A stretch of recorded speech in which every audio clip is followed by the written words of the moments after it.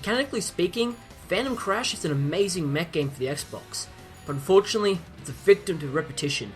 What starts out as a thrilling and deep game soon turns into a boring consumption of time. In the near future, a new form of extreme sport has emerged: rumbling.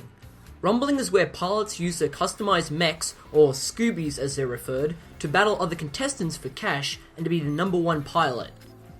As a beginning pilot, you're looking to test your mettle and win riches and glory by becoming the first ranker in the Tokyo district. Now, because the game is set in Tokyo, there's a very modern Japanese flavour to just about everything, from the liberal usage of the J-pop soundtrack to characters frequently talking about ramen. Phantom Crash's world is surprisingly upbeat compared to the apocalyptic atmosphere of mech games like Armored Core and MechWarrior. No one actually dies in the game. After all, it's just a sport. Unfortunately, they have these text boxes that pop up near constantly, completely interrupting the game. It would have been fine if the characters were interesting, but nope, it's generic crap 101, and it's always generic crap 101. There's no voice acting whatsoever, and they rarely talk about anything that really matters. It's a shame because the story has some interesting concepts, like how AI is a part of society and are recognized as other people. But okay, let's get to the meat and potatoes of the game. The main setup is that you build your own mech and take it into arena-styled, free-for-all battles to gain cash you get from destroying other rivals. You can equip your machine with a wild selection of parts like weapons that include chainsaws, machine guns and rocket launchers, to different bodies and legs that can be tuned for better durability or faster movement. You can make some really unique combos, like a fast-moving mech that only has one powerful gun, or a bulky tank with 4 chain guns. It's quite deep with what you can do, and there's a lot of payoff making something that plays to your style. Controlling your mechanical beast is very easy and fluid. It's quite similar to the Warthog in Halo. One stick controls the camera, while the other manages the movement. The triggers fire your forward guns, while B and Y work your back guns. A makes you jump predictably, but X is quite interesting. You can equip a stealth module that will turn you invisible, making avoiding missiles and escaping from a bad fight easy. You can use it as much as you want, and it's highly recommended you have one at all times. In the rumbling itself, you find an enclosed arena where really anything can happen. It's down to you to survive the constant anarchy of the battle while destroying everything you see. You can regain health and ammo and some cash from dropships, but it's a risky venture since everyone nearby is going to dogpile whatever's there.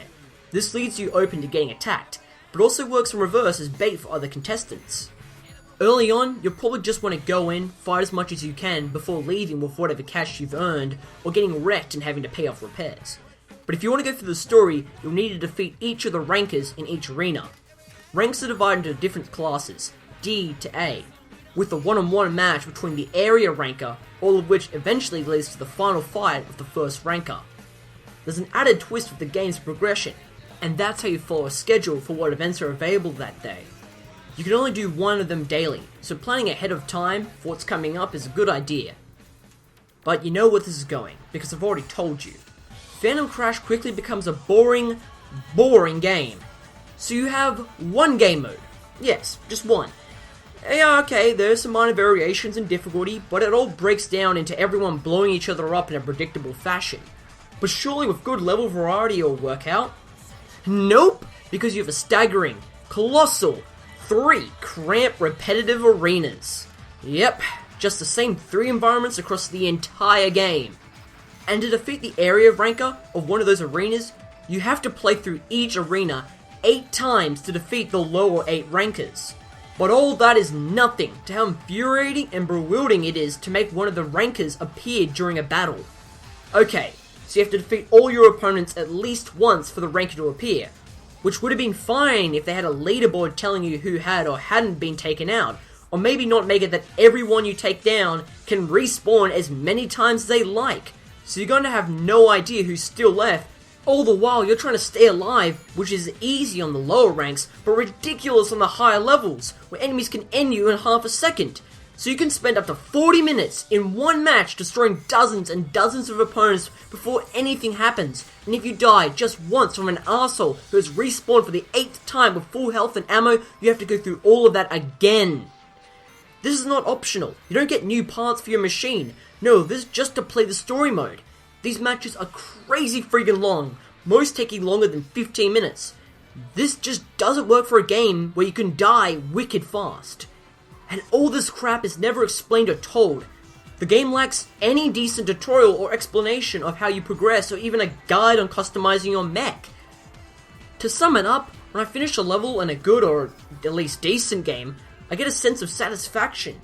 In Phantom Crash, I quickly realized after each and every match that I have to do the same thing over and over again.